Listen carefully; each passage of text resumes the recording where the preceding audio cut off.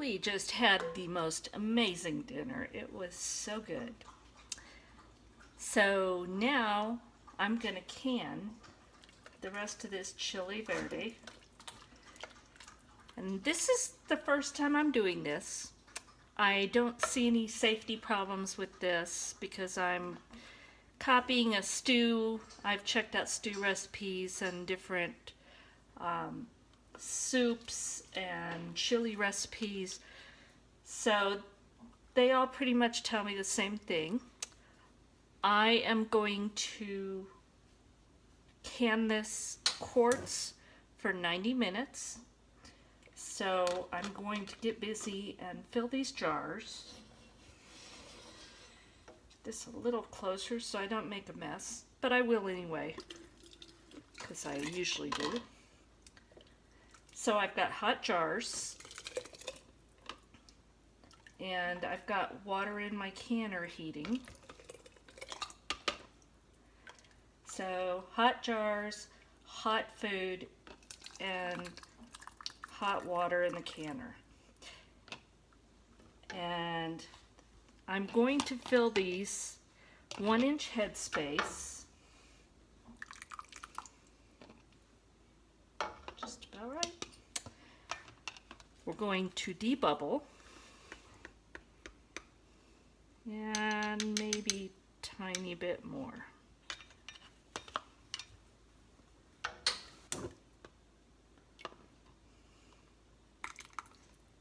There we go.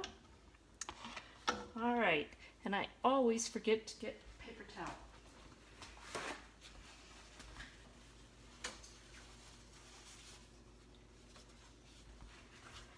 So I'm going to wipe the rim, run my finger around it, make sure there's no nicks or scratches or anything that could cause the seal to fail. And I know you don't have to put these in hot water. I choose to. Habit. And lid on, finger tight. And this jar is very hot. So put it in the canner.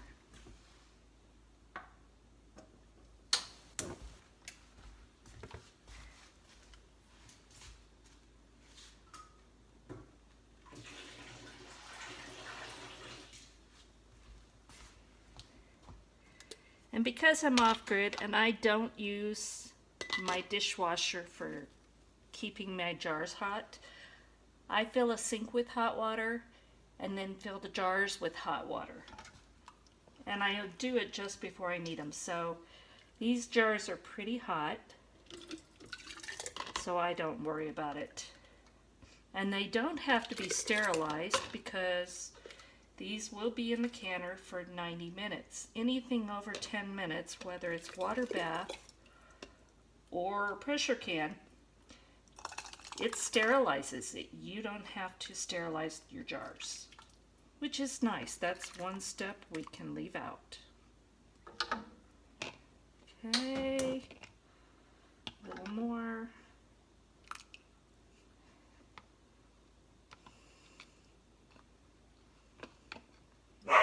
Go. Debubble. And you wouldn't think there'd be any bubbles because this is pretty liquid, but you know what? The volume does go down. There we go. Clean the rim.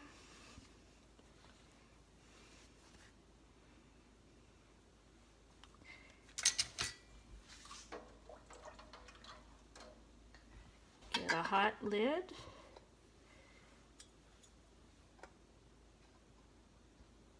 And a ring. Finger tight and in the canner.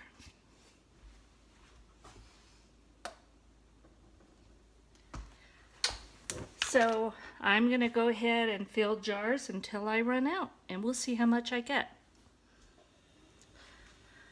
Alright, so I got 6 quarts and almost another quart. So I'm going to get this pressure canner closed up And for those of you that haven't seen this, the All-American, I love this canner. Opposite sides, you try and get as level as you can. Opposite sides at the same time.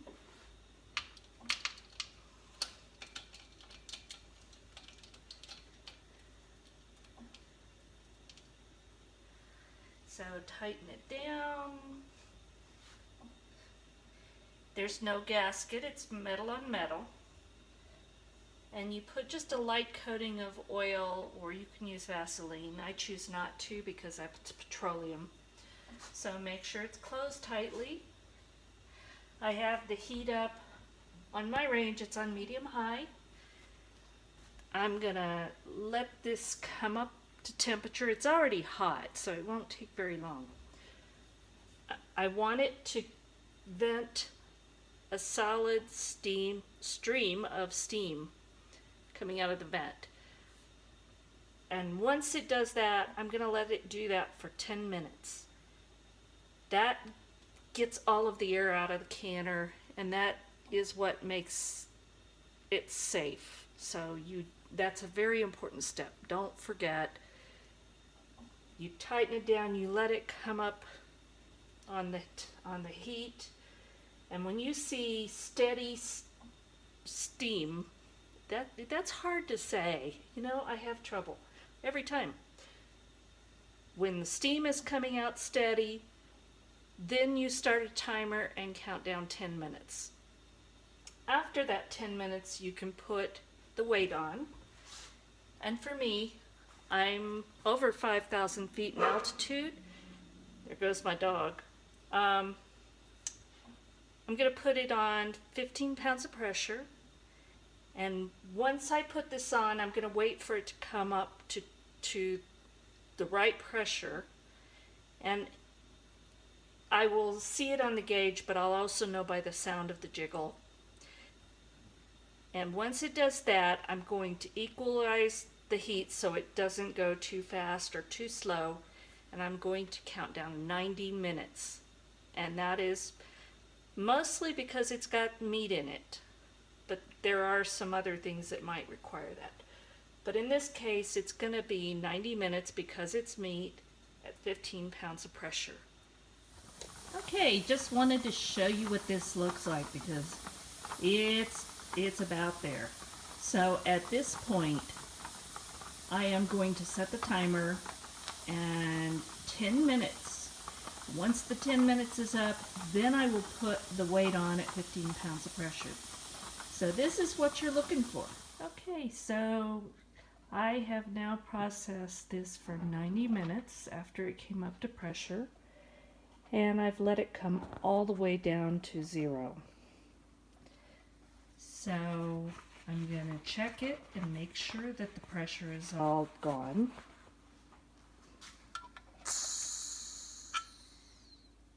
All right.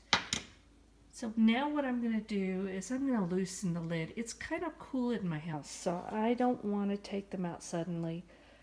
So I'm going to unscrew the knobs, and I'm going to wait about, I'm going to let it go about 5 minutes, and then I will unscrew the knobs and let it sit about another 5 minutes. I want to make sure that the jars aren't shocked. So I'm going to do that, and I'll bring you back in a few minutes. Okay, so I let it sit for 5 minutes with the weight off, and now I have unscrewed the lid and just kind of put it on cockeyed just so that the jars inside don't get shocked, because it's pretty cool in my house right now. So I don't want them to get shocked. I don't want them to break or even just to evacuate the liquid. So I'm just going to do this very slowly to give them time to equalize. And you can hear them already popping inside the canner. So we're going to wait another 5 minutes. All right, so I finished canning my Chile Verde last night. canner finished about 9:15, and I was able to take it out about 9:30, and I did it very gradually because my house was pretty cool and I didn't want to shock the jars. I didn't want them to siphon, so I did it very gradually in stages, taking it out. So here they are, and it looks beautiful. So we're gonna see how it is. We're gonna eat some for dinner tonight. And I got 6 full quarts, all of these. And then I also got that much. And this one we'll be able to have for lunch, or Brian can eat it one day. So that one will get eaten up right away. But I wanted to can it all, and I want to see how it turns out because I've never done this before. I don't know if the texture's going to be good. I don't know if the flavor's going to be the same. Sometimes it sounds like it's going to be such a great idea, and it doesn't turn out that way. So we're going to test it, and we're going to find out. And I've had a very special request that I need to do this now because somebody else wants to try it. And we love Chile Verde. So this would be awesome to have on the shelf because it is very time consuming. And keeping the ingredients on hand, cilantro, things like that I don't always have on hand fresh. So we're going to open a jar and we're going to see how this is. So has a good seal. Smells good, and I don't know if you can see, but whoops, spilling. But it looks really good, smells good. So I'm gonna put this in a pan, heat it up. In the meantime, I'm gonna chop up some of the last tomatoes from my garden. I've got an avocado, I've got some cheddar cheese, and some fresh cilantro, and we're gonna have this for dinner again tonight. We had it last night. It was great. We're going to have it again tonight. So let me get this heating. All right, so here we go. I've heated up the green chili, and it looks and smells great. So far, I can't really tell a difference. So dish up a bowl of this.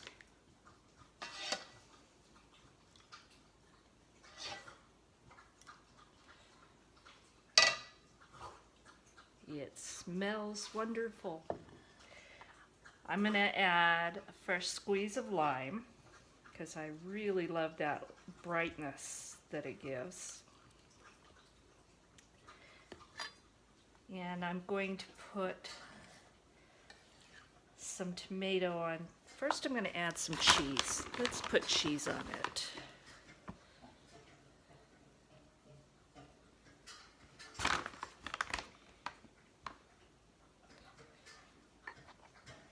And some tomato.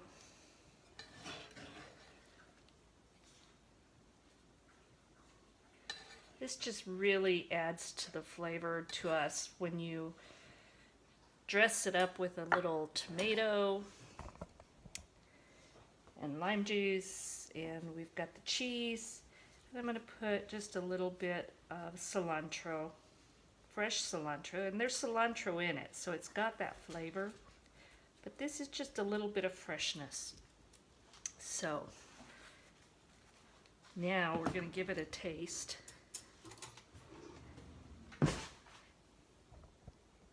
And Linda, this is for you.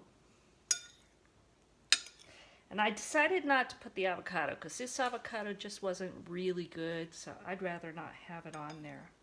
So let's get a chunk of the meat,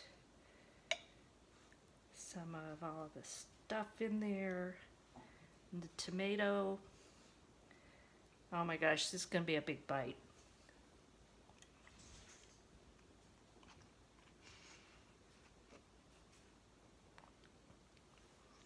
Success.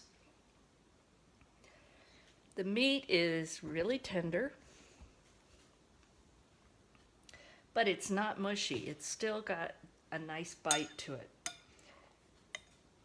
I think I would maybe use a little bit less of the cumin that I smashed up when I can it. It's good fresh and it tastes good now, but I think I would use a little bit less for canning.